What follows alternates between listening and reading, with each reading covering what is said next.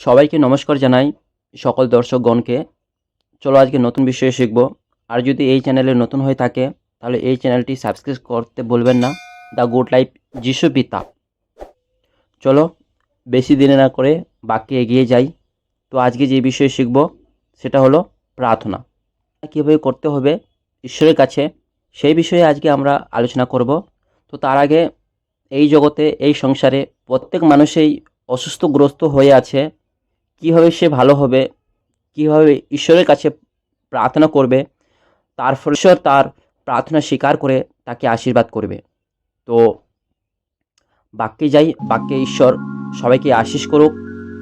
তো যে বিষয় হচ্ছে, প্রভু যীশু যখন তার 12 জন শিষ্যকে শিক্ষা দিয়েছিলেন, সেই সময় 12 জন শিষ্য প্রভু যীশুকে বললেন যে, প্রভু আমরা প্রার্থনা কিভাবে করব? তো সেই বিষয়ে প্রভু আপনি আমাদেরকে বলেন। তো তখন প্রভু যীশু বলছিলেন যে তোমরা এভাবে প্রার্থনা করবে। তো তার আগে বাক্যে দেখব আমরা মথে লিখিত 6 অধ্যায় আয়াত 9 থেকে 15 দেখতে গেলে আমরা প্রার্থনার বিষয়ে জানতে পারবো। তো সেখানে স্পষ্টভাবে লেখানো আছে।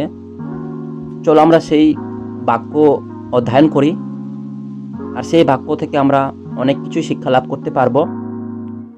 যেমন কি বাক্য আমাদের শেখায়, তোমরা এইভাবে প্রার্থনা করো, হে আমাদের স্বর্গস্ব পিতা, তোমার নাম পবিত্র বলে মান্য হোক, তোমার রাজ্য আসুক, তোমার ইচ্ছা যেমন স্বর্গে তেমনি পৃথিবীতে পূরণ হোক।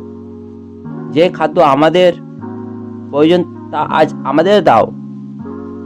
আমাদের কাছে যারা অপরাধী, আমরা যেমন তাদের ক্ষমা করেছি, তেমনি তুমিও আমাদের সব অপরাধ ক্ষমা করো। আমাদের প্রলোভনে পড়তে দিও না, কিন্তু মন্দের হাত থেকে উদ্ধার করো। তোমার নাম প্রশংসা হোক, গৌরব হোক, হে পবিত্রময় প্রেমময় ঈশ্বর। তোমার নাম যুগে যুগে হোক, তোমার প্রশংসা হোক। আমেন।